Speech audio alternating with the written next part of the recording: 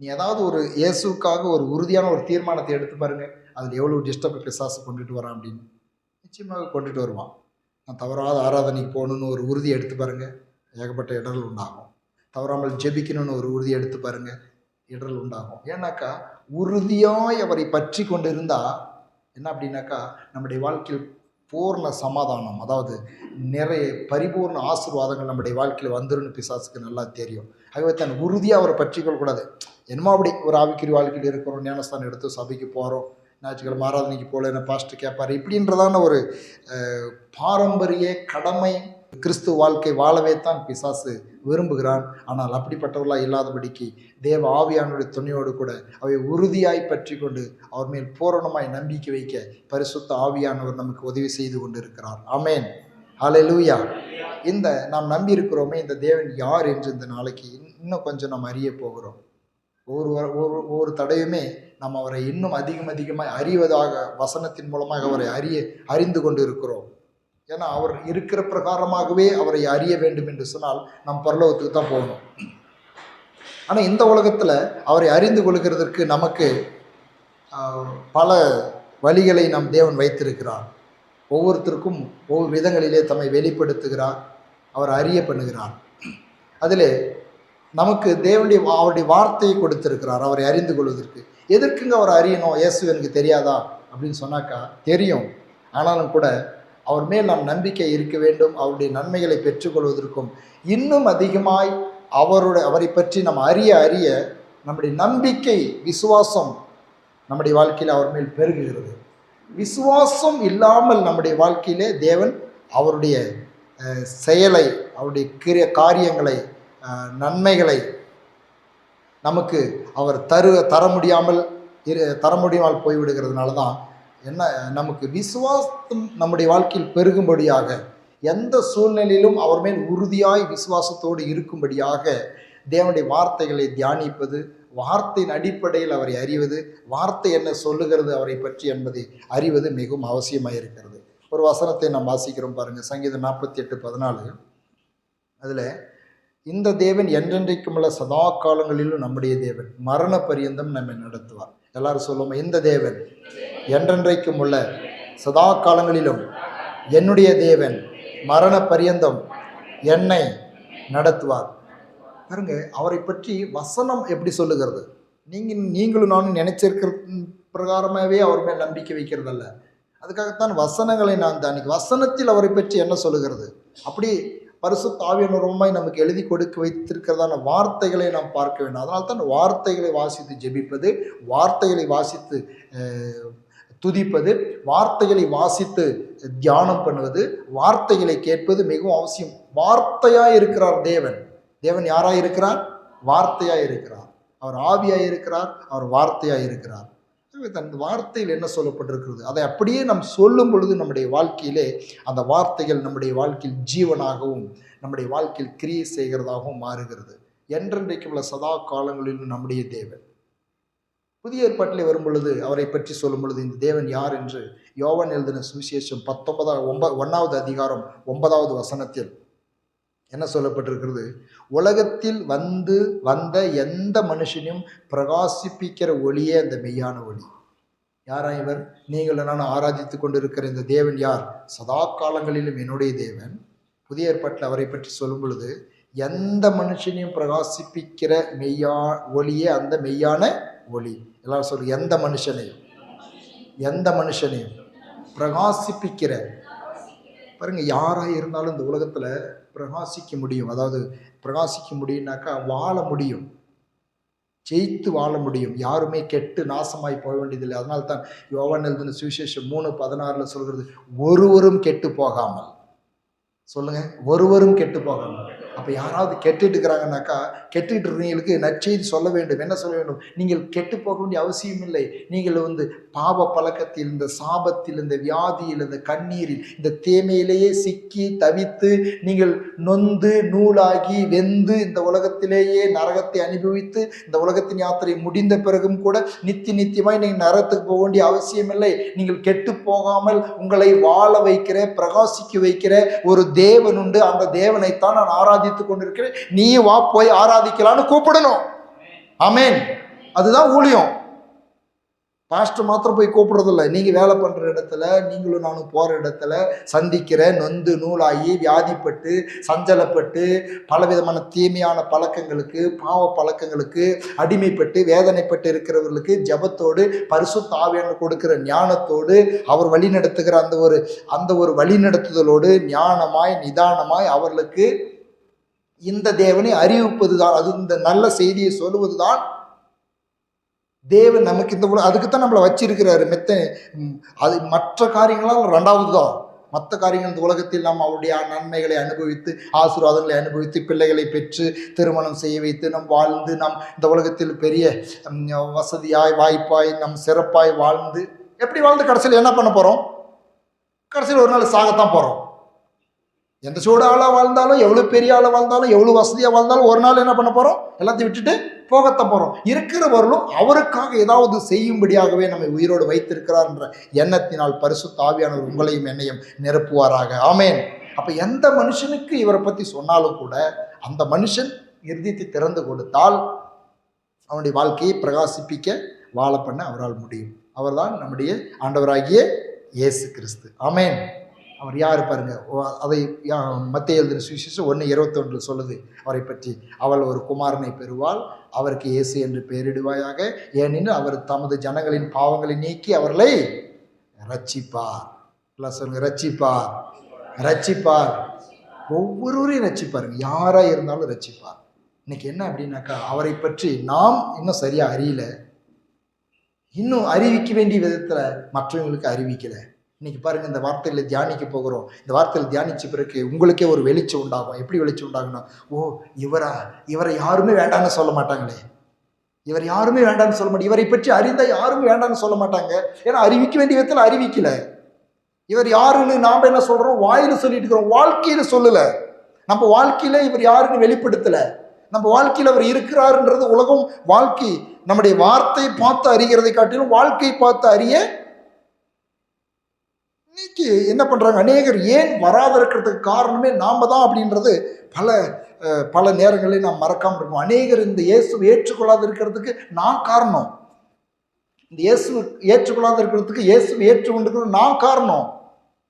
ஏன் அப்படின்னாக்க, என் வாழ்க்கையில் இயேசு பிரதிபலிக்க முடியல என்னால, என் வாழ்க்கையில் அவரை சரியா அவருக்கு நான் மகிமையா வாழ முடியல, என் வாழ்க்கையில் பேச்சு சரியில்லை, என் நட சரியில்லை, என்னோட ஏன் தெரியுமா, இன்னும் அவரோடு பாவம்னு சொல்லலை, பெரிய பாவங்கள்லாம் ஒன்றும் இல்லை, அவருக்கு பிரியமாய் அவர் விரும்புகிறவரமாய் நான் வாழ்றதுக்கு என்ன இன்னும் முழுமையாக அர்ப்பணிக்கல, அவருடைய வார்த்தையின்படி வாழ்வதற்கு என்ன அர்ப்பணிக்கல. அவர் வார்த்தை ஒன்று சொல்லுது, என் வாழ்க்கை ஒன்று ஒரு மாதிரி இருக்குது. அப்போ பார்க்குறான், இந்த இயேசுவா, ஐயோ இவன் ஆராதிக்கிற இயேசு எனக்கு வேண்டாப்பா, இவனே பிடிக்கிறான், இவன் இயேசு எப்படி இருப்பாரு? அப்போ அவர் நம்முடைய வாழ்க்கை பிரகாசமாக இருந்தால் ஆண்டவராக இயேசு கிறிஸ்துவில நீங்கள் உலகத்துக்கு வெளிச்சமாக இருக்கிறீர்கள். இப்போ நம்மளை ஆண்டவர் முதலாவது வெளிச்சமாய் மாற்ற விரும்புகிறார். நம்முடைய வெளிச்சத்தை பார்த்து அநேகர் இயேசுவின் அண்டையில் வரும்பொழுது அவர்களையும் வெளிச்சமாய் மாற்றுகிறார். அப்போ அவர்தான் எல்லாரையும் ரட்சிக்கிறவர். இயேசு யார்? அவர்களை ரட்சிக்கிறவர். எல்லாரும் பாவங்களை நீக்கி, ஜனங்களின் பாவங்களை நீக்கி அவர்களை ரட்சிக்கிறவர். அப்படிதான் நம்ம இத்தான் நற்செய்தி, நல்ல செய்தி, சுவிசேஷம் அப்படின்னா என்னங்க? ஜனங்களின் பாவங்களை நீக்கி அவர்களை ரட்சிக்கிறவர். எல்லாம் சொல்லுங்க, ஜனங்களின் பாவங்களை நீக்கி அவர்களை ரட்சிக்கிறவர். பழைய ஏற்பாட்டில் பாருங்க, இயேசு பிதா யாத்திராகமம் 16வது அதிகாரம் 12வது வசனத்தில் அவர் சொல்கிற, இஸ்ரவேல் புத்திரரின் முறுமுறுப்புகளை கேட்டிருக்கிறேன், நான் அவர்களோடு பேசி நீங்கள் சாயங்காலத்தில் இறைச்சியை புசித்து விடியற் காலத்தில் அப்பத்தால் திருப்தியாகி நான் உங்கள் தேவனாகிய கர்த்தர் என்பதை அறிந்து கொள்வீர்கள் என்று சொல்கின்றார். அவங்க அறிஞ்சிக்கவே இல்லை, அவரை பற்றி சரியாக அறியவே இல்லை. அப்புறம் என்ன பண்ணுறாரு ஆண்டவர்? இவங்களாம் முறுமுறுத்துக்கிட்டே இருக்கிறாங்க. என்ன முறுமுறுப்பு?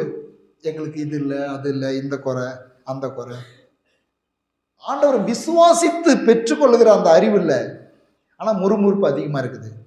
அப்போ ஆண்டவர் சொல்கிறாரு, அவங்கள இறைச்சியை புசித்து அப்பத்தினால் திருப்தியாக இருப்பாங்க, நான் உங்கள் தேவனாகிய கர்த்தர் என்பதை அறிந்து கொள்வீர்கள். அறிய பண்ணுறாரு பாருங்க. அவர் அறிந்திருக்கணும்னு அவர் விரும்புகிறாரு. அவருடைய வல்லமை, அவருடைய பவரை, அவருடைய அன்பை, அவருடைய இரக்கத்தை, அவருடைய தயவை இன்னும் அதிகமாய் அறிந்திருக்க வேண்டும் என்று தேவன் விரும்புகிறார். அதனால தான் முறுமுறுக்கிறத அவருக்கு பிடிக்கிறது இல்லை. முறுமுறுக்கிறத விட்டுட்டு இன்னைக்கு நம்முடைய வாழ்க்கையிலும் முறுமுறுக்கிறதை விட்டுட்டு அவரை விசுவாசிக்க, அவரை இன்னும் அறிய, உள்ள அவருடைய ஆழத்துக்குள் போய் அவரை அறிய நாம் முயற்சி எடுக்க வேண்டும் என்று தேவன் விரும்புகிறார். உபாகம் 4வது அதிகாரம் 36 வாசிக்கிற பாருங்க. உன்னை உபதேசிக்கும்படிக்கு அவர் வானத்திலிருந்து தமது சத்தத்தை உனக்கு கேட்க பண்ணி பூமியில் தமது பெரிய அக்கினியை உனக்கு காண்பித்தார். அக்கினியின் நடுவில் இருந்து உண்டான அவருடைய வார்த்தையை கேட்டாய். அவர் உன் பிதாக்களின் அன்பு கூர்ந்தபடியால் அவருடைய பின் சந்ததியை தெரிந்து கொண்டு உன்னிலும் பலத்த பெரிய ஜாதிகளை உனக்கு முன்னின்று துரத்துவோம். உன்னை அழைத்து கொண்டு போய் இந்நாளில் இருக்கிறது போல அவர்கள் தேசத்தை உனக்கு சுதந்திரமாக கொடுக்குவோம். உன்னை தமது முகத்துக்கு முன் தமது மிகுந்த வல்லமையினால் எகிப்திலிருந்து புறப்பட பண்ணினார். ஆகையால் உயர வானத்திலும் தாழ பூமியிலும் கர்த்தரே தேவன், அவரை தவிர ஒருவரும் இல்லை என்பதை நீ இந்நாளில் அறிந்து உன் மனதிலே சிந்தித்து நீயும் உன் பின்வரும் உன் பிள்ளைகளும் நன்றாய் இருக்கும்படி உன் தேவனாகி கர்த்தர் உனக்கு என்றென்றைக்கும் கொடுக்கும் தேசத்திலே நீ நீ நீ நீடித்த நாளாய் இருக்கும்படி நான் இன்று உனக்கு கற்பிக்கிற அவருடைய கட்டளைகளையும் அவருடைய கற்பனைகளையும் கை கொள்ள கடவாய் என்றார். 4:39 சொல்றார். ஆகையால் உயர வானத்திலும் தாழ பூமியிலும் கர்த்தரே தேவன், அவரை தவிர ஒருவனும் இல்லை என்பதை நீ இந்நாளில் அறிந்து உன் மனதிலே சிந்தித்து, எல்லாம் சொல்லுங்க, அறிந்து சிந்தித்து. தேவ பிள்ளைகளாக இருக்கிற நாம் இன்னும் அவரை அறிந்து சிந்தித்து பார்க்க வேண்டும். அவர் யார்? எப்பேற்பட்டவர்? இயேசு யார்? ஒரு மதத்துக்கு அதிகாரியா? ஒரு மத குருவா? ஏதோ உலகத்தில் எல்லாரும் சொல்றாங்களே, நாங்கள் எங்கள் சாமி கும்பிடுறோம், நீங்கள் உங்கள் சாமி கும்பிடுறீங்க அப்படி சொல்றாங்களா? அப்படி ஒரு ஏதோ ஒரு சாமியா? இல்லை நம்ம கிறிஸ்துவுடைய சாமியா? இல்லை, அப்படிப்பட்டவர் அல்ல. அவர் உயர வானத்திலும் தாழ பூமியிலும் கர்த்தரே தேவன். ஆமென். அவர் அப்படிப்பட்டவர். வேறே அவரை தவிர ஒருவரும் இல்லை என்பதை நீ அறிய வேண்டும். இன்னைக்கு பல நேரங்கள் நம்ம ஆமாங்க, நீ உங்க சாமி, இது எங்க சாமி. இல்லைங்க, ஒரு சாமியுமே கிடையாது. இருக்கிறது ஒரே ஒரு சாமி, அவர் இயேசு சாமி. ஆமென். அப்ப மற்றதெல்லாம் எப்படிங்க? மற்றதெல்லாம் அவரே சொல்றாரு, நான் சொல்லல. அவரை தவிர ஒருவரும் இல்லை என்று இயேசு சொல்லுகிறார். நான் சொல்லல. நான் போய் இதெல்லாம் சாமி இல்லை அப்படின்னு நான் சொல்லல. நான் சொல்ல விரும்பவும் இல்லை. இயேசுடைய வார்த்தை சொல்லுகிறது. உபாகமும் 4:39 சொல்லுகிறது, நானே பூமியிலும் கர்த்தராய் கர்த்தரே தேவன், அவரை தவிர ஒருவரும் இல்லை என்பதை நீ இந்நாளில் அறிந்து. நீங்க அறிஞ்சிருக்கிறீங்களா? அறிஞ்சுக்கணும். நம்ம பல நேரங்களில் மக்கள் அறியாது இருக்கிறாங்க. அவர் சொல்றாரு, நீ அறிந்து உன் மனதிலே சிந்தித்து, நீ அறிந்து மனதிலே சிந்தித்து. சங்கீதம் 46:9-10. அவர் பூமியின் கடைமுனை மட்டும் யுத்தங்களை ஓய பண்ணுகிறார், வில்லை ஒடித்து ஈட்டியை முறிக்கிறார், ரதங்களை நெருப்பினால் சுட்டெரிக்கிறார். நீங்கள் அமர்ந்திருந்து நானே தேவன் என்று அறிந்து கொள்ளுங்கள். ஜாதிகளுக்குள்ளே உயர்ந்திருப்பேன், பூமியிலே உயர்ந்திருப்பேன். தேவன் என்று அறிந்து கொள்ளுங்கள். எல்லாரும் சொல்லுங்க, அறிந்து கொள்ளுங்கள். அமர்ந்திருந்து அப்படின்னா என்ன அர்த்தம் தெரியுமா? போங்க, டீப்பாக உள்ளே போங்க, வேத வசனத்தை படித்து பாருங்க, ஒவ்வொரு பகுதியாக படிங்க, தியானிங்க. ஐயோ, இப்படியெல்லாம் செஞ்சாரா? இப்படியெல்லாம் செஞ்சுருக்கிறாரா? இவர் இப்படிப்பட்ட தேவனா? இப்படி இவங்களுக்கு செஞ்சாரா? ஆபிரகாமுக்கு இப்படி செஞ்சாரா? யாக்கோபுக்கு இப்படி செஞ்சாரா? ஐயோ, ஈசாக்குக்கு இப்படி செஞ்சாரா? ஆபிரகாமின் தேவன், ஈசாக்கின் தேவன், யாக்கோப்பின் தேவன், அவர் என்னுடைய தேவனாக இருக்கிறார். ரூத்துக்கு இப்படி செஞ்சாரா? தானியேலுக்கு இப்படி செஞ்சாரா? ஒவ்வொருத்தரும் இப்படி பயன்படுத்தினாரா? ஒவ்வொரு வாழ்க்கையிலும் இப்படி இடைப்பட்டாரா? இப்படி ஆசீர்வதிச்சாரா? தூக்கினாரா? உயர்த்தினாரா? சத்துருக்களுக்கு தப்பி வச்சாரா? ஆமாம் அப்படின்னு சொல்லிட்டு அமர்ந்திருந்து அவரை தியானித்து அவருடைய வசனங்களை வாசித்து அவரை அறிய அறிய அறிய அறிய அவர் மேல் உள்ள நம்பிக்கை பெருகும். நம்முடைய வாழ்க்கையில விசுவாசம் பெருக பெருக விசுவாசிக்கிறவனுக்கு எல்லாம் கூடும். ஹல்லேலூயா. மத்திய எழுதின சுவிசேஷம் 14வது அதிகாரம் 35வது வசனம் வாசிக்கிறோம் பாருங்க. அவ்விடத்து மனுஷர் அவரை இன்னார் என்று அறிந்து சுற்றுப்புறம் எங்கும் செய்தி அனுப்பி பிணியாளிகள் எல்லாரையும் அவரிடத்தில் கொண்டு வந்து அவருடைய வஸ்திரத்தின் ஓரத்தையாகிலும் அவர்கள் தொடும்படி உத்தரவாக வேண்டும் என்று அவர் வேண்டிக் கொண்டார்கள். தொட்ட யாவரும் சொஸ்தமானார்கள். இயேசு இந்த பூமியில் வந்திருக்கிறாரு. இயேசு வந்திருக்கும் பொழுது ஒரு இடத்துல பிரசங்கம் பண்ணிட்டு இருக்காரு. அவ்விடத்து மனுஷர் அவரை இன்னார் என்று அறிந்து, எல்லாரும் சொல்லுங்க, இன்னார் என்று அறிந்து, இன்னார் என்று அறிந்து கண்டுபிடிச்சிட்டாங்க. என்ன பண்றாங்க? அவங்க இயேசு யாருன்னு கண்டுபிடிச்சிட்டாங்க. இவர் சுகமாக்குறோன்னு கண்டுபிடிச்சிட்டாங்க. கண்டுபிடிச்ச உடனே அவங்க என்ன பண்ணுறாங்க? புறமெங்கும் செய்தி அனுப்புகிறாங்க. பிணியாளி எல்லாரும் கொண்டு வர சொல்கிறாங்க. நீங்கள் கண்டுபிடிச்சிருக்கிறீங்களா? சுற்றுப்புறத்துக்கெல்லாம் செய்தி அனுப்புகிறீங்களா? இயேசு நீங்கள் கண்டுபிடிச்சிருந்த இயேசு யாருன்னு தெரிஞ்சிருந்தாக்கா செய்தி அனுப்பாத இருக்க மாட்டீங்க. உங்கள் தாத்தாவுக்கு, உங்கள் மாமாவுக்கு, உங்கள் சித்தப்பாவுக்கு, உங்கள் பெரியப்பாவுக்கு, வியாதியாய் படுத்துக்கிற உறவுகளுக்கு செய்தி அனுப்பாத இருக்க மாட்டீங்க. அவங்க அனுப்புகிறாங்க பாருங்கள். புறமெங்க செய்தி அனுப்புகிறாங்க. இயேசு யாருன்னு கண்டுக்கிட்டாங்க. இயேசு யார் என்று நீங்களும் நானும் அறிந்து உணர்ந்து கர்த்தர் நல்லவர் என்பதை ருசித்து பார்த்திருந்தாக்கா செய்தி அனுப்பாது இருக்க மாட்டோம். செய்தி அனுப்பியே தீருவோம். நல்ல ஒரு கடை இருந்துச்சுனாக்கா, நல்ல ஒரு டெய்லர் இருந்தாக்கா, நல்ல ஒரு ஏதாவது ஒரு பொருள் இருந்துச்சுனாக்கா உடனடியாக நம்ம என்ன பண்ணுறோம், அதை அப்படியே எல்லாத்துக்கும் நம்ம விளம்பரம் பண்ணுறோம். ஐயோ இங்கே போய் பாருங்க, இங்கே போய் பாருங்க, இதை வாங்கி பாருங்க, இதை யூஸ் பண்ணி பாருங்க, இந்த கடைக்கு போய் பாருங்க, இந்த டெய்லரை தைச்சு பாருங்க அப்படின்றோம். அது போல இயேசு இன்னார் என்று அறிந்து, எல்லாரும் சொல்லுங்க இன்னார் என்று அறிந்து சுற்றுப்புறமெங்கும் செய்தி அனுப்புறாங்க. எல்லா பக்கமும் செய்தி அனுப்பி பிணியாளிகள் எல்லாம் ஒரு இடத்துல கொண்டு வந்து எசைட்டு கொண்டு வராங்க. நீங்கள் சில நேரங்களில் நற்செய்தி கூட்டம், விடுதலை கூட்டம் அப்படின்னு சொல்லி நம்ம சில நேரத்தில் ஆயத்தப்படுத்துகிறோம். அப்படி ஆயத்தப்படும் பொழுது ஏதோ 4 பேத்துக்கு சொல்லுங்கனாக்கா நம்ம எந்த அளவுக்கு அதை துரிதமாய் சொல்லுகிறோம் என்பதை உணர்ந்து பார்க்கணும். பரிசுத்தாவினர் அப்படிப்பட்ட உற்சாகத்தை உங்களுக்கு தருவாராக. சொல்லணும், சுற்றுமுறைப்ப செய்தி அனுப்பணும். இவர் நல்லவருப்பா, வந்து பார், வந்து பார், வந்து பார். வந்தா அவர் பிரகாசிக்க செய்ய அவ்வாறு வல்லமையுடையவராக இருக்கிறார். ஆமேன், ஹல்லேலூயா. எபேசியர் 1:17 சொல்கிறது, நம்முடைய கர்த்தராகிய இயேசு கிறிஸ்துவின் தேவனும் மகிமையின் பிதாவுமானவர் தம்மை நீங்கள் அறிந்து கொள்வதற்கான ஞானத்தையும் தெளிவையும் அளிக்கிற ஆவியை உங்களுக்கு தந்தருள வேண்டும் என்று சபைக்காய் ஜெபிக்கும் பொழுது, தேவ பிள்ளைகளுக்காக ஜெபிக்கும் பொழுது பவுல் இப்படியாய் எழுதுகிறார். என்ன எழுதுகிறார்? மகிமையின் பிதாவுமானவர், கர்த்தராகிய இயேசு கிறிஸ்துவின் தேவனும் மகிமையின் பிதாவுமானவர் நீங்கள் தம்மை அறிந்து கொள்வதற்கான ஞானம். இயேசு அறிந்து கொள்வதற்கு நம்முடைய ஞானம் பத்தாது. அவர் பரிசுத்த ஆவியின் மூலமாய் அவரே நமக்கு ஞானம் தருகிறார். அவர் அறிந்து கொள்வதற்கு அவரே ஞானத்தை தருகிறார். இன்னும் அதிகமான ஞானம் வேண்டும் அவரை அறிந்து கொள்வதற்கு. எபேசியர் 3:19 சொல்லுகிறது, அறிவிக்கெட்டாத அந்த அன்பை அறிந்து கொள்ள வல்லவர்களாகவும் தேவனுடைய சகல பரிபூரத்தால் நிறையப்படவும் அவர் தமது மகிமையின் ஐஸ்வர்யத்தின்படி உங்களுக்கு அனுகிரகம் பண்ண வேண்டும் என்று வேண்டிக் கொள்கிறேன். அறிவிக்கிட்டாத அந்த அன்பை அறிந்து கொள்ள வேண்டும், இன்னும் அவரை அறிய வேண்டும். அதனால் தான் ஃபாதர் பெர்க்மன்ஸ் பாடுகிறார், இன்னுமுமை. அப்போ நம்மளுக்குள்ள ஒரு திருப்தி வந்துடக்கூடாதுங்க. அதான் சொல்லிட்டு வர்றார் ஆண்டவர். என்ன தெரியுமா, நான் ஆண்டவரை அறிஞ்சிட்டேன், நான் ரட்சிக்கப்பட்டுட்டேன், நான் ஞானஸ்தானம் எடுத்துட்டேன், நான் சபைக்கு போயிட்டுருக்கிறேன், ஒரு திருப்தி. இன்னும் அவரை அறிய வேண்டியதில்லை, இன்னும் வேதத்தை படிக்க வேண்டியதில்லை, நான் ஒழுங்காக வாழ்கிறேன், நான் பரிசுத்தமாக வாழ்கிறேன், நல்லது அவைகள் எல்லாம். ஆனால் இன்னும் அவரை அறிய வேண்டிய விதத்தில் நாம் அறியவில்லை. அவரை அறிவது இன்னும் நிறைய இருக்குது. பழமொழி, நாங்கள் சின்ன பிள்ளைங்களை பள்ளிக்கூடம் படிக்கும் பொழுது ஒரு செய்யுள் வந்திருக்கும். ஔவையார் அப்படின்றவங்க எழுதினார் ஒரு செய்யுள். அந்த ஔவையார் ஒரு செய்யுள் எழுதியிருப்பாங்க. என்ன எழுதியிருப்பாங்கன்னாக்கா, கற்றது கைமண் அளவு, கல்லாதது உலகளவு அப்படின்னு. நம்ம கைப்பிடியில் மண் எடுக்கிறோம் இல்லையா, அவ்வளோதான் நம்ம கற்றுட்ருக்கோம். கல்லாத இந்த உலகத்தில் எவ்வளோ இருக்குது மண், அவ்வளோ கற்றுக்காத இருக்கிறோம் அப்படின்னு அந்த செய்யுளுடைய அர்த்தம். அதுபோல் இயேசுவை நம்ம என்னங்க அறிஞ்சிக்கிட்டோம், கொஞ்சம் அறிஞ்சிட்டு இருக்கிறோம். அந்த அறிஞ்சத்திலிருந்து நம் திருப்தி அடையாதபடிக்கு ஆண்டவர் இன்னும் உம்மை அறியணுமே, இன்னும் ஒரு பிரசனத்தை அனுபவிக்கணுமே, இன்னும் தரிசனங்களை பார்க்கணுமே, இன்னும் வெளிப்பாடுகளை பார்க்கணுமே, இன்னும் தீர்க்க தரிசனம் உரைக்கணுமே. அந்த வாஞ்சை தான் பாருங்க, அந்த வாஞ்சை இன்னும் உம்மை அறியணுமே. அப்படி ஜெபிக்க சபைக்காக, சபை மக்களுக்காக, பரிசுத்தவான்களுக்காக பவுலின் மூலமாக பரிசுத்த ஆவியானவர் அப்படி ஜெபிக்க வைக்கிறார். அறிவிக்கட்டாத அந்த அன்பை அறிந்து கொள்ள வேண்டும், அறிவிக்கட்டாத அந்த அன்பை அறிந்து கொள்ள வேண்டும். 1 யோவான் 5:18-20 வாசிக்கிறேன் பாருங்க. தேவனால் பிறந்த எவனும் பாவம் செய்யன் என்று அறிந்திருக்கிறோம். தேவனால் பிறந்தவன் தன்னை காக்கிறான், பொல்லாங்கன் அவனை தொடான். நாம் தேவனால் உண்டாயிருக்கிறோம் என்று உலகம் முழுவதும் பொல்லாங்கன் கிடக்கிறது என்றும் அறிந்திருக்கிறோம். அன்றியும் நாம் சத்தியமுள்ளவரை அறிந்து கொள்வதற்கு தேவனுடைய குமாரன் வந்து நமக்கு புத்தியை தந்திருக்கிறார் என்றும் அறிவோம். அவருடைய குமாரனாகிய இயேசு கிறிஸ்து என்னப்பட்ட சத்தியம் உள்ளவருக்குள்ளும் இருக்கிறோம். இவரே மெய்யான தேவனும் நித்திய ஜீவனுமாய் இருக்கிறார். 1 யோவான் 5:20 சொல்லுகிறது, சத்தியமுள்ளவரை அறிந்து கொள்வதற்கு. எல்லாரும் சொல்லுங்க, சத்தியமுள்ளவரை அறிந்து கொள்வதற்கு, சத்தியமுள்ளவரை அறிந்து கொள்வதற்கு.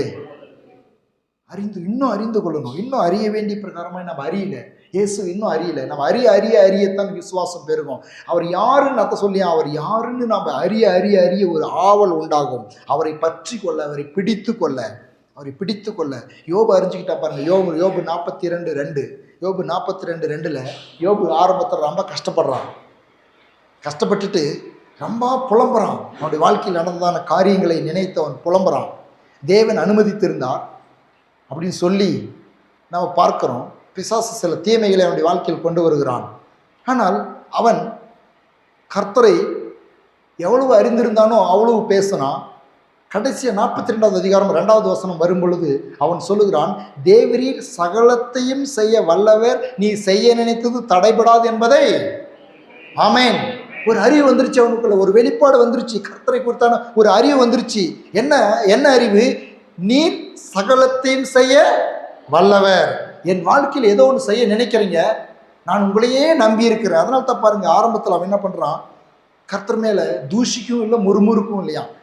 என்ன நடக்குதுன்னு அவனுக்கு தெரிஞ்சிருக்கு. இன்னைக்கு நம்மளுக்கு தெரியுது, சாத்தான் போய் நிச்சான், அனுமதி கேட்டான், கர்த்தர் அனுமதிச்சாரு. சரி, என்னுடைய மகனுடைய விசுவாசத்தை கொஞ்சம் சோதிச்சுதான் பாருன்னு சொல்லி பர்மிஷன் கொடுத்தாரு. இன்னைக்கு தெரியுது. அன்னைக்கு அவன் வாழ்க்கையில் தெரிஞ்சிருக்குமா? அவனுக்கு தெரியவே தெரியாது.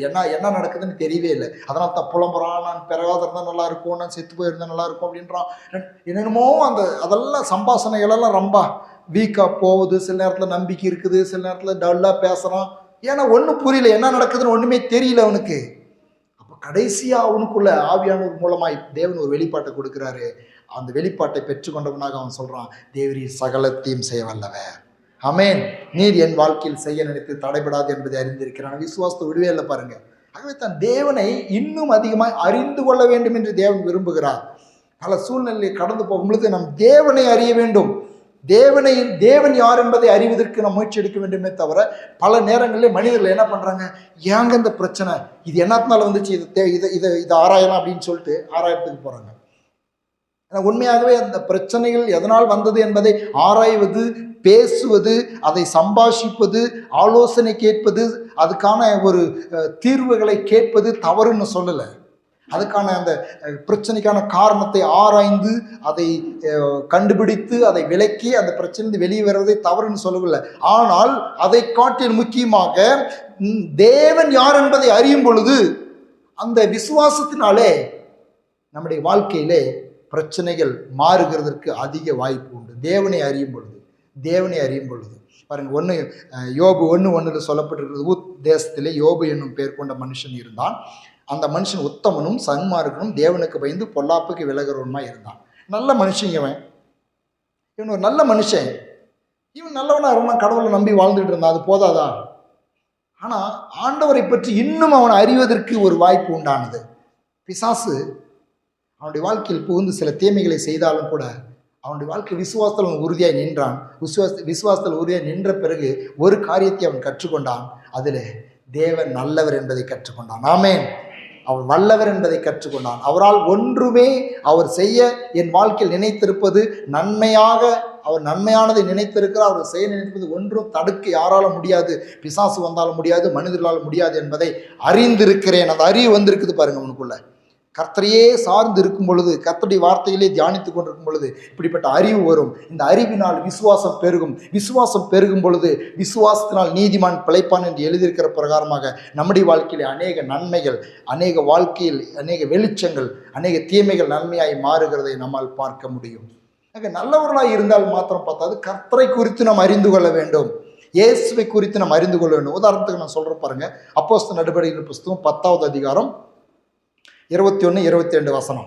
இந்த வசனத்தில், அப்பொழுது பேதுரு கொர்நேலியுவினால் தன்னிடத்தில் அனுப்பப்பட்ட மனுஷரிடத்துக்கு இறங்கி போய், இதோ நீங்கள் தேடுகிறவன் நான் தான், நீங்கள் வந்திருக்கிற காரியம் என்ன என்றான்.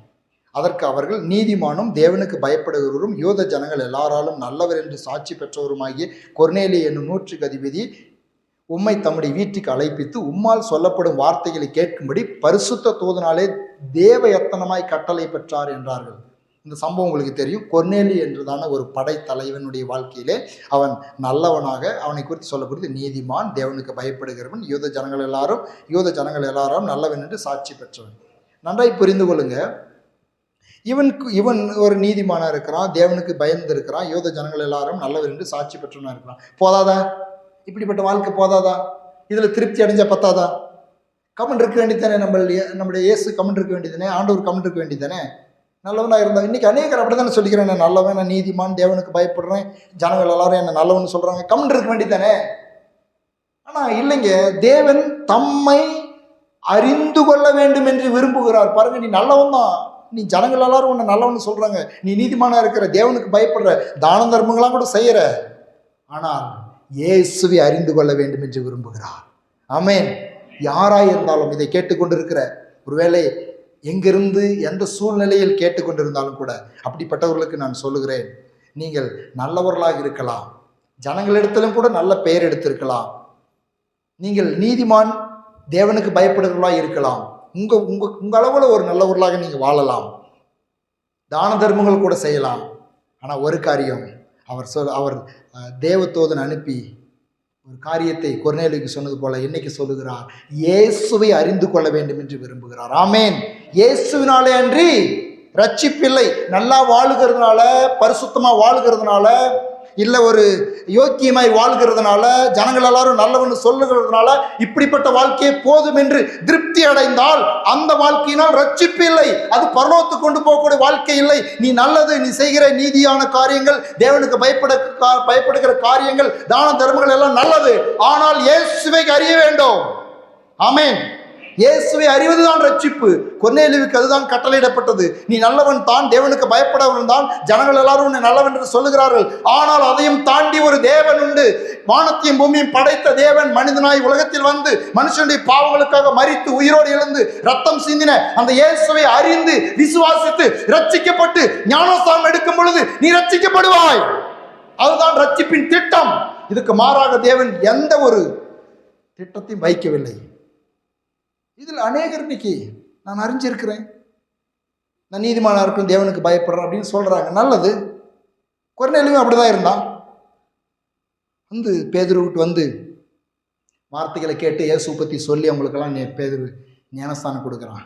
ஏங்க இதை செய்யணும்? நல்லவனை கம்மி விட்டுற வேண்டித்தானே. இன்னைக்கு உலகத்தில் அநேகர் திருப்தி அடைந்து கொள்கிறாங்க தங்களுடைய நல்ல காரியத்தில்.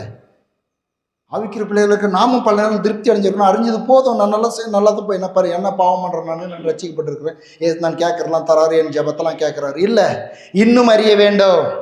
ஹல்லேலூயா. அவர் யாரா? அவர் யாரு?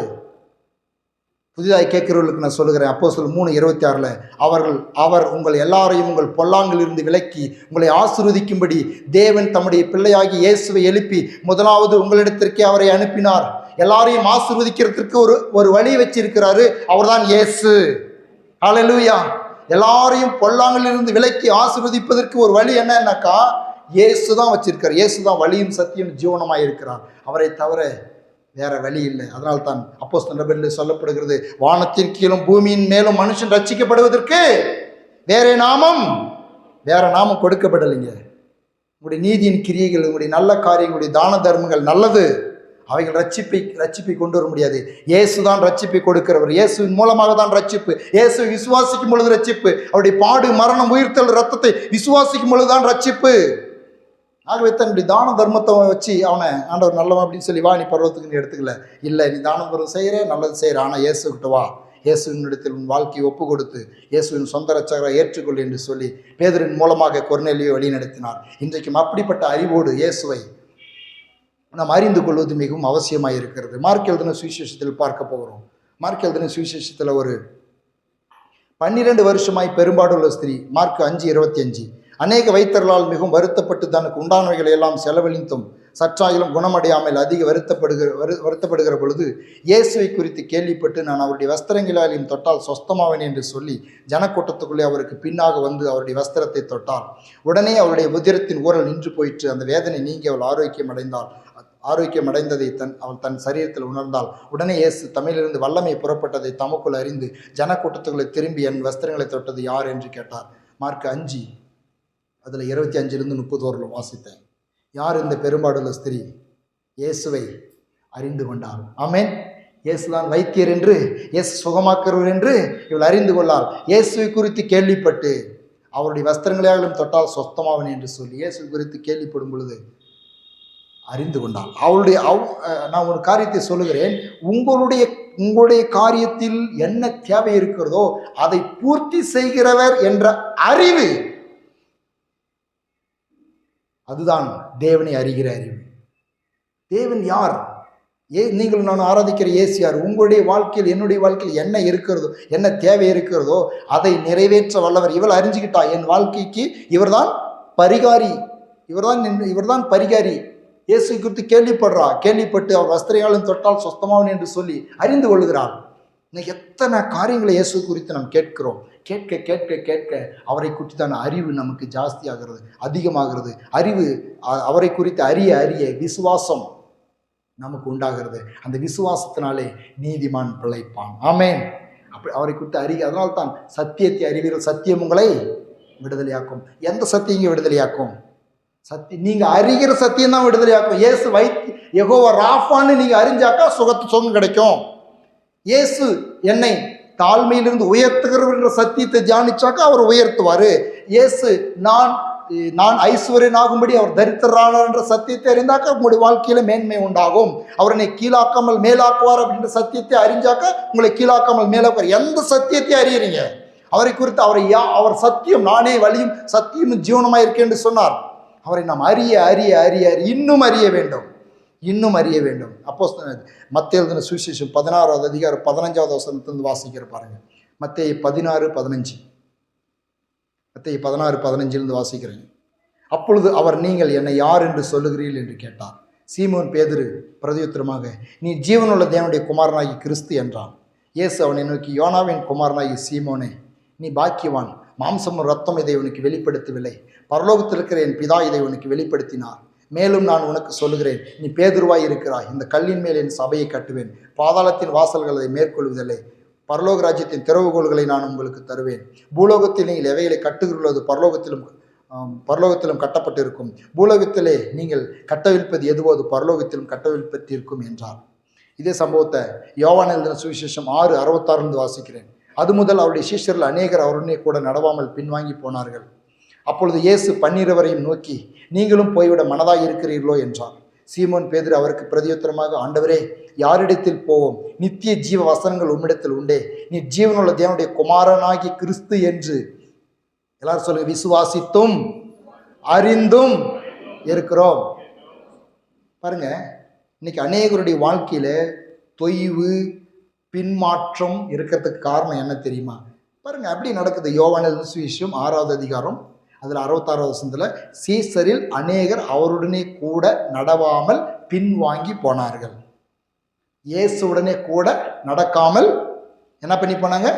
பின்வாங்கி போன. என்னைக்கு பின்வாங்குறீங்களா பார்த்துருக்குறீங்களா? இன்னைக்கு அநேகர் பின்வாங்கி இருக்கிறாங்க. இன்னைக்கு இந்த ஆராதனைக்கு வராத அநேகர் பின்வாங்கி இருக்கிறாங்களா? அது ஒரு பின்மாற்றமா? பெரிய ஒரு பின்மாற்றம் இல்லை. இன்னைக்கு ஆராதனைக்கு வர முடியல, ஒரு பின்மாற்றம். இயேசுவோடு கூட நடக்க முடியல, இயேசு ஆராதிக்க முடியல, அவருடைய வார்த்தையை கடைபிடிக்க முடியல, என் பரிசுத்த ஓய்வுனால கனமா நினைக்க முடியல, ஒரு பின்மாற்றம். ஏன் பின்மாற்றம் சொல்றேன் கேளுங்க, அதுதான் கேட்பேன் செய்தி. ஏன் பின்மாற்றம்?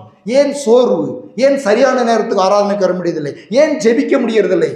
ஏன் ஒரு தேவனுடைய கட்டளைகளின்படி அப்படி நம்மை மனரமிப்பா நடக்க முடியறதில்லை? காரணம் என்ன? பெரிய காரணமா ஒன்றும் கிடையாதுங்க.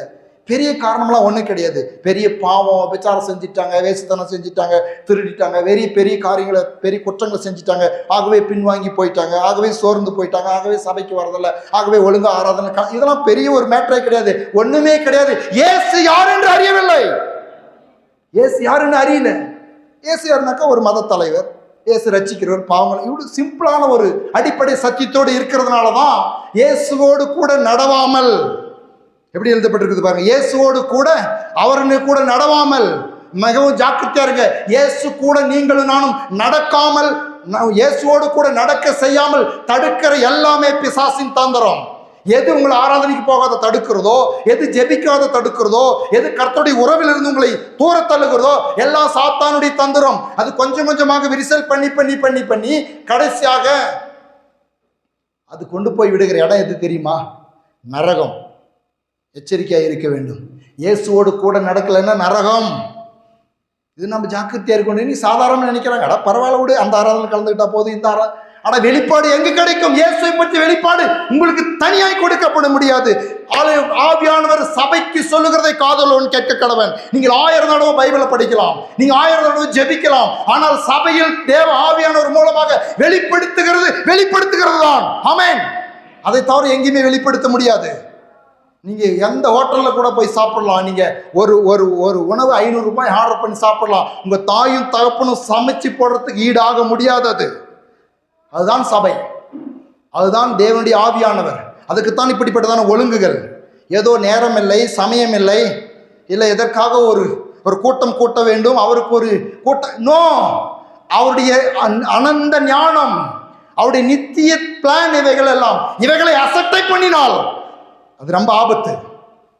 அவருடைய பிளான் அசட்டை பண்ணினா ரொம்ப ஆபத்து. இந்த உலகத்தில் சில கூட்டங்களை கூட்டுகிறார்கள், சில மீட்டிங்கெல்லாம் சேர்த்துறாங்க, அங்கே அழைப்பு கிடைக்கும். அந்த அழைப்புக்கு போகலைன்னாவும் அவங்க என்ன பண்ணுவாங்க? அவங்க அவங்க மேலே ஒரு கண் வைக்குவாங்க. நாங்கள் கூப்பிட்டோம், எங்களை மதிக்கலை, இவங்க எங்கள் அழைப்பு ஏற்கலை அப்படின்னு சொல்லிட்டு. அப்படி எழுதியிருக்குது, பைபிள் எழுதியிருக்குது. அழைக்கிறான், அவங்கெல்லாம் நெக்லெக்ட் பண்ணுறாங்க. நான் அங்கே போகணும் இங்கே போகணும் நெக்லெக்ட் பண்ணுறாங்க. உடனடி அந்த ராஜா சொல்கிறான், அந்த நெக்லெக்ட் பண்ணாங்களோ அவங்களாம் பிடிச்சி என்ன பண்ணுங்க, கொண்டு போய் நரகத்தில் போடுங்க, இருட்டான அறையில் போடுங்கன்னு சொல்லிட்டு. ஆகவே அவருடைய பிளானை நாம் நெக்லெக்ட் பண்ணுறதுக்கு நாம் யாருங்க? அவருடைய பிள்ளைகளாக இருந்தாலும் கூட அவருடைய பிளான் யாருன்னு அறியல. ஆகவே தான் அவரோடு கூட நடவாமல் பின்வாங்கி போகிறாங்க. ஆனால் அறிந்து கொண்ட பேதுரு சொல்கிறான், யாரிடத்தில் போவோம் ஆண்டவரே? நித்திய ஜீவ வசனங்கள் உம்மிடத்தில் உண்டே. எங்கே போவோம்ப்பா? இந்த ஞாயிற்றுக்கிழமை காத்தால எந்திரிச்சு எங்கே போவோம்? எங்கே போவோம்? நாங்கள் வாழ்றதுக்கு கிருபை தந்தது நீங்க தானே, உயிர் தந்தது நீங்க தானே, ஜீவன் தந்தது நீங்க தானே, இந்த உழைக்க பலன் தந்தது நீங்க தானே, உயிரே இன்னைக்கு உயிரோட எந்திரிக்கிறதுக்கே கிருபை தந்தது நீங்க தானே. எங்கே போவோம்? உங்கள்கிட்ட தான் வருவோம் டாடி, உங்களை ஆராதிக்க போகிறோம், உங்களை மகிமைப்படுத்த போகிறோம். நீங்கள் இந்த நாளில் எனக்கு வெளிப்படுத்துகிற சத்தியத்தை நான் அறிந்து கொள்ள போகிறேன், உண்மை பற்றி அறிந்து கொள்ள போகிறேன், உங்கள் வார்த்தைக்கு நான் கேட்க போகிறேன். அந்த தாகமும் வாஞ்சியும் இருக்கும் என்று சொன்னால் அவருடனே கூட காடானாலும் மேடானாலும் அவரோடு நடக்க முடியும். ஆமென். அவர் யாருன்னு அறியணுங்க. இன்னும் அதிகமாக அறிய, இன்னும் அதிகமாக அறிய அந்த வாஞ்சி எங்கே இருக்குது? அவரை பற்றி எப்படிங்க அறிய முடியும்? எபிரேயர் 10:7 சொல்லுகிறது, அப்பொழுது நான் தேவனே உம்முடைய சித்தத்தின்படி செய்ய இதோ வருகிறேன், புஸ்தக சுருளில் என்னை குறித்து எழுதியிருக்கிறது என்று சொன்னேன் என்றார். எங்கெங்க எழுதியிருக்குது? அவரை பற்றி எப்படி அறிய முடியும்? அதுக்குத்தான் வேதாகமத்தை வாசிங்கன்னு சொல்லு. புஸ்தக சுருளெல்லாம் சொல்ல, புஸ்தக சுருளிலே பரிசுத்த வேதாகமத்தில் இயேசுவை குறித்து எழுதப்பட்டிருக்கிறது. படிங்க, யாருன்னு அறியுங்க, அறிஞ்சு அவரோடு நடக்க வாஞ்சிங்க. யாராரு கூடயே நடக்கிறோம். ஒரு பெரிய அதிகாரி கூட நடந்தால் பெருமையை நினைக்கிறோம், சில நல்ல ஒரு கூட்டத்தில் நடந்தால் பெருமையை நினைக்கிறோம். நல்லது, அப்படிப்பட்டதான உயர்ந்த ஸ்தானத்தில் பிரபுக்களோடு உங்களை அமர பண்ணாக்க அதற்காக கர்த்தருக்கு ஸ்தோத்திரம். ஆனால் அதை காட்டிலும் பெருமை என்ன தெரியுமா? இயேசுவோடு நடப்பது. ஆமென். இயேசுவோடு நடப்பது. இயேசுவை குறித்து புஸ்தக சூழல் எழுதப்பட்டிருக்கிறது. வாசிங்க, தியானிங்க, படியுங்க, அவரோடு நடக்க வாஞ்சிங்க. அவரோடு நடந்த ஒரு பின்மாற்றம் இல்லைங்க. அது தனப்பால் அந்த அனல் உண்டாகிருப்பாருங்க. அவரோடு நெருங்கி ஜீவிக்க. அதனால தான் பாருங்க, ஒரு யாருன்னு தெரிஞ்சு ஒருத்தர் என்ன பண்ணனா, அவர் மார்பிளையே சாஞ்சிட்டு இருந்தாங்க. இன்னொரு ஆள் கேட்குறாங்க, ஆண்டவரே பரலோகத்தில் உங்கள் பக்கத்துலேயே வலது பக்கமோ இடது பக்கமோ, ஏன்னா இதெல்லாம் வெளிப்பாடு. அவர் யாருன்னு தெரிஞ்சுக்கிட்டாங்க. அவர் யாருன்னு தெரிஞ்சாக்கா நம்ம இப்படியே இருப்போம், நம்ம வாழ்க்கையில் இப்படியே நடக்கும் காரியங்கள்லாம். 8:15 வருவோம், 8:10 வருவோம். அவர் யாருன்னு தெரிஞ்சா 7:45 இருப்போங்க. அவர் பெரியவர், அவர் நல்லவர். அவருடைய வாழ்க்கையில் பேதுரு அறிஞ்சு கொண்டான், யோபு அறிந்து கொண்டான். 2 தீமோத்தேயு 1:12 பவுல் சொல்கிறான், அது நிமித்தம் நான் இந்த பாடுகளையும் அனுபவிக்கிறேன், ஆயினும் நான் வெட்கப்படுகிறதில்லை, ஏனென்றால் நான் விசுவாசிக்கிறவர் இன்னார் என்று அறிவேன். ஹல்லேலூயா, ஹல்லேலூயா. பாடுகள் மத்தியில் போகிறீங்களா? சில வெட்கத்தின் மத்தியில் போகிறீங்களா? இயேசுவை அறிஞ்சிக்காங்க, வெட்கப்பட முடியாது. ஆமென். நான் விசுவாசிக்கிறவர் இன்னார் என்று அறிவேன். எல்லாம் சொல்லு, நான் விசுவாசிக்கிறவர் இன்னார் என்று அறிவேன். இப்படிப்பட்ட விசுவாசம், அவரை இப்படிப்பட்ட விதத்தில் அறியும் பொழுதுதான் நம்முடைய வாழ்க்கையில மாற்றங்கள் உண்டாகும். பாருங்க, பாடுபடுறான், வெட்கப்படுறான், அவமானப்படுத்தப்படுறான், அவனை சிறையில் அடைக்கிறாங்க. அவன் சொல்கிறான், இல்லை எனக்கு தெரியும், நான் யார் ஆராதிக்கிறேன்னு எனக்கு தெரியும், அந்த இயேசு யாருன்னு தெரியும், அந்நாள் வரைக்கும் என்னை காத்து கொள்ள வல்லவராயிருக்கிறார் என்று கேரண்டியாக நிச்சயித்திருக்கிறேன். அவரிடத்தில் ஒப்பு கொடுத்ததை அவர் அந்நாள் வரைக்கும் காத்து கொள்ள வல்லவராயிருக்கிறார் என்று நிச்சயித்திருக்கிறேன். எனக்கு பாடு இருக்குது உண்மைதான், வெட்கம் இருக்குது உண்மைதான். ஆனால் ஒன்று மாத்திரம் தெரியும், என் விசுவாசத்தை அவரிடத்தில் கொடுத்திருக்கிறேன், நம்பிக்கை அவர் மேல் வைத்திருக்கிறேன், அவர் வல்லவர் என்று எனக்கு தெரியும். அதைத்தான் யோபு சொல்லுகிறான், தேவரீர் சகலத்தையும் செய்ய வல்லவர். அதைத்தான் பவுலும் சொல்லுகிறான், காத்து கொள்ள வல்லவர். இப்ப எப்படி அவரை அறிகிறோம்? அவர் வல்லவர், என்னை ஜெயிக்க வைக்க வல்லவர், என்னை வாழ வைக்க வல்லவர், என்னை காப்பாற்ற வல்லவர், என் வாழ்க்கையை செழிக்க வைக்க வல்லவர், என் கடனை மாற்ற வல்லவர், வியாதியை போக்க வல்லவர், நான் படிக்கிற படிப்பில் முன்னேற்றத்தை கொடுக்க வல்லவர். இன்னைக்கு என்ன பண்றாங்க? இவரை அறிகிறது இல்லை. அந்த பாடத்தை கொஞ்சம் நல்லா படிச்சுக்க, நல்லது.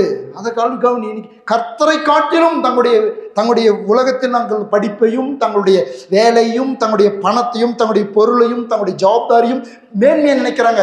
நீங்கள் செய்கிற தொழில், நீங்கள் படிக்கிற படிப்பு, நீங்கள் செய்கிறதான பிஸ்னஸ் எல்லாவற்றையும் கனமாய் எண்ணுங்கள். அதை சீராய் சிறப்பாய் யதார்த்தமாய் ஹார்ட் ஒர்க்கோடு செய்யுங்கள். அதற்காக கர்த்தருக்கு ஸ்தோத்திரம். ஆனால் தேவனை காட்டிலும் அது பெருசு இல்லை. தேவனை காட்டிலும் அது பெருசா என்னன்னா ரொம்ப ஆபத்து. நம்ம ஒவ்வொருவரும் வேலை செய்கிறோம், நம் கடமைகள் பொறுப்புகள் உண்டு. இந்த உலகத்தில் வாழும்படியாக தேவன் பொறுப்புகளை கொடுத்திருக்கார். அதை நேர்த்தியாய் உண்மையாய் முடிந்த அளவுக்கு நம்முடைய திறமைகளை பயன்படுத்தி நாம் செய்ய வேண்டும். ஆனால் தேவனை காட்டிலும் அதுக்கு முக்கியத்துவம் கொடுத்தா ரொம்ப ஆபத்து. லோக்கால் சுவிசேஷம் 4:32. அவருடைய வசனம் அதிகாரமுடையதாக இருந்தபடினால் அவருடைய போதகத்தை குறித்து அவர்கள் ஆச்சரியப்பட்டார்கள். ஜெபாலயத்தில் அசுத்தாவி பிடித்திருந்த ஒரு மனுஷன் இருந்தான். அவன், ஐயோ நசரேயனாகிய இயேசுவே, எங்களுக்கும் உமக்கும் என்ன? எங்களை கெடுக்கவா வந்தீர்? உம்மை இன்னார் என்று அறிவேன், நீ தேவனுடைய பரிசுத்தர் என்று உரத்த சத்தமிட்டான். அதற்கு இயேசு, நீ பேசாமல் இவனை விட்டு புறப்பட்டு போ என்று அதை அதட்டினார்.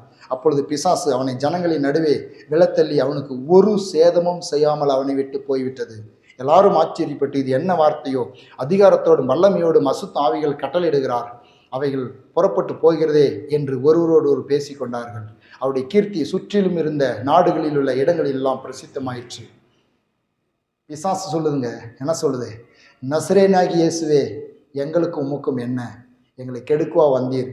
உம்மை இன்னார் என்று அறிவேன். யார் சொல்றது? பிசாசு சொல்லுது. பிசாசுக்கு தெரியுதுங்க இயேசு யாருன்னு. ஆவிக்குரிய பிள்ளையில இருக்கிற உங்களுக்கு எனக்கு இயேசு யாருன்னு தெரியல. அதனால தான் எங்கேயோ தெரியும். ஞாயிற்றுக்கிழமை எங்கேயோ தெரியறது காரணம் என்ன தெரியுமா? இயேசு யாருன்னு தெரியல, அவ்வளோதான். வேற ஒன்றும் கிடையாது. பெரிய பாவமெல்லாம் ஒன்றும் கிடையாது. இயேசு யாருன்னு தெரியல. பிசாசுக்கு தெரிஞ்சிச்சு யாருன்னு.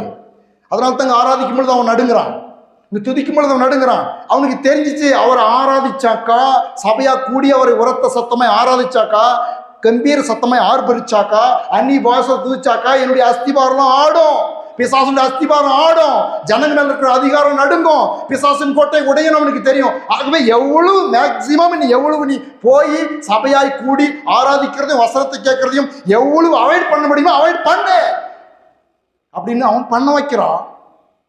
அவனுக்கு தெரியுது. ஆனா ஆவிக்கிற பிள்ளைகளா இருக்கிற நாம், ரட்சிக்கப்பட்ட நாம், ஞானஸ்தானம் எடுத்திருக்கிற நாம், ஆவியோடு உண்மையோடு ஆராதிக்கிற நாம், நம்மளுக்கு தெரியல. என்னுடைய கைத்தாளமும் அங்கே சேரும் பொழுது, உங்களுடைய வாசையும் சேரும் பொழுது, உங்களுடைய கைத்தாள வாசையும் சேரும் பொழுது, உங்க துதியும் சேரும் பொழுது, இன்னும் ஒரு கோட்டை விழலாமே, இன்னொரு செங்கல் அவனுடைய கட்டடத்தில் பிசாசனுடைய கோட்டையில் பிடுங்கி கொண்டு போலாமே. நாம் என்ன நினைக்கிறோம்? நம்மளை வேற மாதிரி சிந்திக்க வச்சிடறான் பிசாசு. நம்மளை வேற மாதிரி சிந்திக்க வச்சு நம்மளை கெடுக்கிறான். ஆனா அவனுக்கு தெரியுது, நல்லா பிசாசுக்கே தெரியுது, இவங்க கூடி யாராவது ஒருமனப்பட்டுட்டா போச்சுங்க. நம்ம எல்லாம் ஒருமனப்பட்டோம் அப்படின்னாக்கா பயங்கரமான காரியங்கள் தேவனுடைய ராஜ்யத்தில் நடக்கும், பிசாசின் ராஜ்யத்தில் பாதிப்பு உண்டாகுன்றது அவனுக்கு தெரியும். அதனால தான் ஒருமனத்தை கெடுக்கிறான், சபை கூடி வரதுல கெடுக்கிறான், ஜெபிக்கிறத கெடுக்கிறான், வசனம் கேட்கறத கெடுக்கிறான். மற்றதெல்லாம் பாருங்க, நீ செய் வேலை செய்யறியா செய், விருந்துக்கு போறியப்போ, கல்யாணத்துக்கு போறியப்போ, நிலத்து வாங்குறிய வாங்கு, சொத்து சம்பாதிக்கிற சம்பாரி, எதை சேர்க்கிறிய சேரு, எதுக்கெல்லாம் நான் தடையை பண்ண மாட்டேன், அது கர்த்தர் கொடுக்கிறாரு. பிசாசும் அதை சரி செஞ்சு சேர்த்துக்கா அப்படின்றான். கர்த்தர் கொடுக்கறதெல்லாம் வாரி வாரி கொட்டிக்கா இல்லைன்னு சொல்லல. ஆனா அவனுக்கு தெரியுது, அவனுடைய ஆட்சியில் பிசாசின் ராஜ்யத்துக்கு பாதிப்பு உண்டாகிற காரியத்தில் நீ ஈடுபடக்கூடாது. நீ என்ன பண்ணக்கூடாது?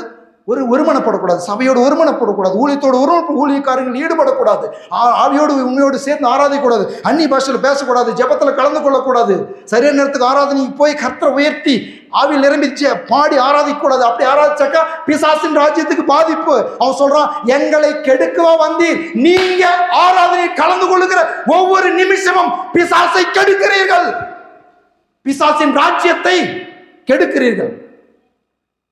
சொல்றோம், நீங்க ஆராதனை கலந்து கொள்ள ஒவ்வொரு நேரம், ஜெபிக்கிற ஒவ்வொரு நேரமும், வேதம் வாசிக்கிற ஒவ்வொரு நேரமும், கூடி ஜெபிக்கிற ஒவ்வொரு நேரமும் என்ன பண்றீங்க? பிசாசை கெடுக்கிறீங்க, பிசாசின் ராஜ்யத்தை கெடுக்கிறீங்க, அவனுடைய கோட்டையை உடைக்கிறீங்க. அதனால தான் இயேசு பார்த்து சொல்றான், எங்களை கெடுக்குவா வந்தீர். நீங்க முழு ஆராதனை வந்து கலந்து ஆவியோடு உண்மையோட ஆராய்ச்சி வசனத்தை கேட்டு போயிட்டீங்களா? சொல்லுவான், ஐயோ என்னை கெடுக்கிறதுக்காப்பா போனேன் ஆராதனைக்கு, என்னை கெடுக்க வேண்டாப்பா, என்னை விட்டுரு, நான் எப்படியோ அங்கங்க சில மக்களுக்குள்ள வாசம் செஞ்சுக்கிட்டு என்னுடைய ராஜ்யத்தையும் அப்படி ஸ்திரப்படுத்திட்டு இருக்கிறேன், என்னையா கெடுக்கிறேன்னு சொல்லி பிசாசுக்கு தெரியுது. ஆகவே அந்த சத்தியம் நமக்கு தெரிஞ்சாக்கா நம்ம என்ன பண்ணுவோம்? ஓஹோஹோ, என்னுடைய எதிரி உன்னை கெடுக்கிறதுனா இத்தானா, ஆகவே நான் இன்னும் சேர்ந்து நான் ஆராதிப்பேன், இன்னும் அவருடைய வார்த்தையை தியானிப்பேன், இன்னும் ஜெபிப்பேன் என்று சொல்லி நாம் தீவிரம் காட்டுவோம். நன்றாய் அறிந்து கொள்ளுங்கள், பிசாசை கெடுக்கிற ஒரு காரியம், பிசாசின் ராஜ்யத்துக்கு பாதிப்பை உண்டாக்குற ஒரு காரியம் கர்த்தருடைய சமூகத்தில் இருக்கிற ஒவ்வொரு நிமிஷமும் அது பிசாசுக்கு பாதிப்பை உண்டு பண்ணுகிற காரியம். இந்த தேவன் யார் என்று நாம் அறிந்து கொள்வதற்கு சங்கீதம் 138:8 வாசிப்போம். சங்கீதம் 138:8 சொல்லப்பட்டிருக்கிறது. என்ன சொல்லப்பட்டிருக்கிறது என்று சொன்னால், கர்த்தர் எனக்காக யாவையும் செய்து முடிப்பார், கர்த்தாவின் இது கிருபை என்றும் உள்ளது, உங்களுடைய கரத்தின் கிரியைகளை நிகழ்விடாதிருப்பீராக. இந்த தேவன் யார் தெரியுமா? எல்லாரும் சொல்ல, எனக்காக யாவையும் செய்து முடிக்கிறவர். எபேசியர் 3:20 சொல்லுகிறது, நாம் வேண்டிக் கொள்கிறதுக்கும் நினைக்கிறதுக்கும் மிகவும் அதிகமாய் நமக்குள்ளே கிரியை செய்கிற வல்லமையின்படியே நமக்கு செய்ய வல்லவராய் இருக்கிற அவருக்கு இந்த தேவன் யார்? நான் வேண்டிக் கொள்கிறதுக்கும் நினைப்பதற்கும் அதிகமாய் எனக்கு செய்கிறவர். ஆமேன். எல்லாம் சொல்ல, நான் வேண்டிக் கொள்கிறதற்கும் நினைப்பதற்கும் அதிகமாய் செய்கிறவர். நாம் எழுந்து நிற்க போகிறோம். யூதாவில் பாருங்க, யூதா எழுதின புஸ்தகத்தில் அவரை குறித்து எழுதப்பட்டிருக்கிறது. நான் வாசிக்கிறேன், கவனிங்க. யூதா 1:17 வாசிக்கிறேன். நீங்களோ பிரியமானவர்களே, நம்முடைய கர்த்தராகிய இயேசு கிறிஸ்துவின் அப்போஸ்தலரால் முன் சொல்லப்பட்ட வார்த்தைகளை நினைவு கூறுங்கள். கடைசி காலத்திலே தங்கள் துன்மார்க்கமான இச்சைகளின்படி நடக்கிற பரியாசக்காரர் தோன்றுவார் என்று உங்களுக்கு சொன்னார்களே. இவர்கள் பிரிந்து போகிறவர்களும் ஜென்ம சுபாவத்தாரும் ஆவி இல்லாதவர்களுமாமே. நீங்களோ பிரியமானவர்களே, உங்கள் மகா பரிசுத்தமான விசுவாசத்தின் மேல் உங்களை உறுதிப்படுத்தி கொண்டு பரிசுத்த ஆவிக்குள் ஜெபம் பண்ணி தேவனுடைய அன்பிலே உங்களை காத்து கொண்டு நித்திய ஜீவனுக்கு ஏதுவான நம்முடைய கர்த்தராகிய இயேசு கிறிஸ்துவனுடைய இரக்கத்தை பெற காத்திருங்கள். அல்லாமலும் நீங்கள் பகுத்தறிவுள்ளவர்களாக இருந்து சிலருக்கு இரக்கம் பாராட்டி சிலர் அக்கினியிலிருந்து இழுத்துவிட்டு பயத்தோடு ரட்சித்து மாம்சத்தால் கரைப்பட்டிருக்கிற வஸ்திரத்தை வெளுத்து தள்ளுங்கள். இங்கே ஆலோசனை சொல்லப்படுகிறது. சபைக்கு என்ன ஆலோசனை சொல்லப்படுகிறது? என்ன சொல்லுகிறதா? கடைசி காலத்தில் துன்மார்க்கமான இச்சைகள் மீது நடக்கிற பரியாசக்காரர் தோன்றுவார்கள் என்று உங்களுக்கு சொன்னார்களே. கடைசி காலத்தில் எப்படி தம்முடைய ஆவி அவர் ஊற்றுவார் அப்படின்னு சொல்லி வசனம் எழுது. கடைசி காலத்தில் என்ன பண்ணுவாரோ, தம்முடைய ஆவி ஊற்றுவாராம். அதே நேரத்தில் துன்மார்க்கமான இச்சைகளின்படி நடக்கிற பரியாசக்காரர் தோன்றுவார்களாம். அது எங்க? உலகத்தில் ஏற்கனவே துன்மார்க்கமான இச்சைகளின் நடக்கிறவங்க இருக்கிறாங்க. அதுக்கு நாம் தேட வேண்டிய அவசியம் கிடையாது. சபைக்குள்ள ரட்சிக்கப்பட்டவர்களுக்குள்ள துன்மார்க்கமான இச்சைகளின்படி அப்படின்னாக்கா, துன்மார்க்கமான இச்சைகளின்படினாக்கா பெரிய ஒரு பாவ செயல் கிடையாது. துன்மார்க்கமான இச்சை அப்படின்னு சொல்லும் பொழுது மொத்தமாக இன்னைக்கு பிசாசு வஞ்சிக்கிற காரியம்னாக்கா, மனசும் மாம்சமும் என்ன விரும்புது அத்தான். ஆவியானவருடைய ஆலோசனை ஆவியில் நிரம்பி, ஆவியானவரே நீ என்ன சொல்றீங்க, நான் என்ன செய்யணும், எங்கு செல்ல வேண்டும், என்ன சொல்ல வேண்டும், கற்றுத்தாரும் ஆவியானவரே. அதை பெர்க்மன்ஸ் பாடுறார் இல்லையா? அது மாதிரி ஆவியானவர்களுடைய நடத்துதல் விரும்பாதவர்கள் தான் துன்மார்க்கமான இச்சைகளின்படி நடக்கிறவர்கள், மாம்ச இச்சைகள் நடக்கிறவர்கள். பாருங்க, அவங்க என்ன பண்றாங்க? பிரிந்து போகிறவர்களும் ஜென்ம சுபாவத்தார்களும் ஆவி இல்லாதவர்களும். ஆவி இல்லாத ஏன்னா பரிசுத்த ஆவி இல்லாதவர்கள் அப்படி இருப்பாங்க. ஆனால் அப்படின்னு சொல்லிட்டு அப்படி எச்சரிப்பா சொல்லிட்டு, நீங்களோ பிரியமானவர்களே, எல்லாரும் சொல்லுங்க, நீங்களோ அப்படி சொல்லிட்டு என்ன சொல்றாரு? விசுவாசத்துல உறுதியா நிச்சு. எனக்கு ஒரு பிடிச்ச ஒரு காரியம் என்ன தெரியுமா? உங்களை விசுவாசத்துல உறுதிப்படுத்திக்கிட்டு பரிசுத்த ஆவிக்குள் ஜெபம் பண்ணி. அல்லேலூயா. எல்லாரும் சொல்லுங்க, பரிசுத்த ஆவிக்குள் ஜெபம் பண்ணி. என்னுடைய ஆசை என்ன தெரியுமா? நீங்களும் நானும் ஒவ்வொருவரும், இந்த வார்த்தைகள் கேட்கிற ஒவ்வொருவரும் பரிசுத்த ஆவிக்குள் ஜெபம் பண்ண வேண்டும். என் இச்சையின்படி அல்ல, எனக்கு எப்படி ஜெபம் பண்ணணும் அப்படின்னு ஒரு சில ஆசைகளாக இருக்கும், அந்த ஆசையின்படி அல்ல, பரிசுத்த ஆவிக்குள் ஜெபம் பண்ண வேண்டும். பரிசுத்த ஆவிக்குள் ஜெபம் பண்ணும் பொழுது தான் என்ன பண்ணுனாக்கா, துன்மார்க்கமான இச்சையின்படி நான் நடக்க மாட்டேன், என்னுடைய மாம்ச இச்சையின்படி நான் நடக்க மாட்டேன். பரிசுத்த ஆவிக்குள் ஜெபம் பண்ணும் பொழுது, பரிசுத்த ஆவினால் ஜெபம் பண்ணும் பொழுது என்ன நடக்குமா? பரிசுத்த ஆவிக்குள் நாம் ஜெபிக்கும் பொழுது என்ன நடக்க தெரியுமா? யூதா 1:24-25 சொல்லுகிறது. எல்லாரும் சொல்லுவோம், வலுவாதபடி என்னை காக்கவும் தமது மகிமையுள்ள சன்னிதானத்திலே மிகுந்த மகிழ்ச்சியோடு என்னை மாசற்றவனாய் நிறுத்த வல்லவரும் தாம் ஒருவரே ஞானமுள்ளவருமாகிய நம்முடைய இரட்சகரான தேவனுக்கு கனமும் மகத்துவமும் வல்லமையும் அதிகாரமும் இப்பொழுதும் எப்பொழுதும் உண்டாவதாக. ஆமேன். பரிசுத்த ஆவியில் ஜெபம் பண்ணும் பொழுது என்ன நடக்கு தெரியுமா? வலுவாதபடி காப்பார், பர்வத்தில் கொண்டு போய் நிறுத்துவார், மாசற்றவர்களாய் நிறுத்துவார். ஏன்னா அவர் வல்லவர். அதைத்தான் யோபு சொல்கிறான், தேவரீர் சகலத்தையும் செய்ய வல்லவர். அப்போஸ்தலனாகிய பவுல் சொல்லுகிறான், நீர் இன்னார் என்று அறிவேன், நீ செய்ய வல்லவர். அதே தான் யூதா புஸ்தகத்தில் 1:24 சொல்கிறது, நிறுத்தவும் வல்லவர். எங்க நிறுத்த வல்லவர்? பரலோகத்தில் நிறுத்த வல்லவர். சும்மா ஊர் சுற்றி திரிஞ்சா பரலோகத்தை கொண்டு போய் நிறுத்துவார்னு சொல்லலை. என்ன சொல்ல? பரிசுத்த ஆவியில் ஜெபம் பண்ணி. எல்லாம் சொல்லுங்க, பரிசுத்த ஆவிக்குள் ஜெபம் பண்ணி. பரிசுத்த ஆவிக்குள் ஜெபம் பண்ண பண்ண பண்ண பண்ண அவரோடு நாம் நடக்க ஆரம்பிக்கிறோம். அவரோடு நடக்க நடக்க அவருடைய வல்லமையினால் நம்மை நிரப்பி, அவருடைய வல்லமையினாலேயே நம்மை கொண்டு போய் வலுவாமல் காத்து அவருடைய சன்னிதானத்தில் மகிழ்ச்சியோடு நிறுத்த அவர் வல்லவராக இருக்கிறார். ஆமேன். அதனால்தான் கிறிஸ்துவ வாழ்க்கை என்பது உங்கள் பலத்தில் ஓடுறதல்ல, ஆவியானுடைய பலத்தால் ஓடுகிறது. ஆமேன். ஹல்லேலூயா. ஒரு வாகனம் இருக்குதுனாக்கா, அந்த வாகனத்தில் உட்காந்துட்டு இருக்கிற நீங்கள் வாகனத்துக்குள் 10 பேர் உட்காந்துட்டு இருக்கிறீங்கன்னாக்கா, நீங்கள் தள்ளுறதுனால வாகனம் போகிறதில்ல. ஏற்கனவே வாகனத்துக்குள்ள ஒரு பியூல் இருக்குது, வாகனத்துக்குள்ள ஒரு இந்தனம் இருக்குது, ஒரு பெட்ரோல் இருக்குது. அதனுடைய பவரால் அந்த வாகனம் உங்களை இழுத்து கொண்டு போகிறது, நீங்கள் தள்ளி போகிறதில்ல. அதுபோல தான் கிறிஸ்துவ வாழ்க்கை என்பது. நீங்கள் தள்ளுகிறது, நான் தள்ளுகிறது, ஊழியக்காரர் தள்ளுகிறது, கணவன் தள்ளுகிறது, மனைவி தள்ளுகிறதல்ல. உங்களுக்குள் இருக்கிற பரிசுத்த ஆவிக்குள் நீங்கள் நிறைந்து ஜெபம் பண்ணும் பொழுது ஆவியானவர் உங்களை நடத்துகிறது தான் கிறிஸ்துவ வாழ்க்கை. ஆமென். ஹல்லேலூயா. ஆகவே கர்த்தரை இன்னும் அதிகமாய் அறிய வாஞ்சிப்போம். அவர் யார்? உங்களை என்னையும் என்றென்றைக்கும் காக்க வல்லமையுடையவராக இருக்கிறார். இந்த வார்த்தையில் அறிக்கை பண்ணி நாம் ஜெபிப்போம். சங்கீதம் 121 1-8 வசனங்கள். எல்லாரும் 2 கரங்களை உயர்த்தி சொல்லும், எனக்கு ஒத்தாசை வரும் பர்வதங்களுக்கு நேராய் என் கண்களை ஏறெடுக்கிறேன். வானத்தையும் பூமியையும் உண்டாக்கின கர்த்தரிடத்திலிருந்து எனக்கு ஒத்தாசை வரும். என் காலை தள்ளாட ஒட்டார்.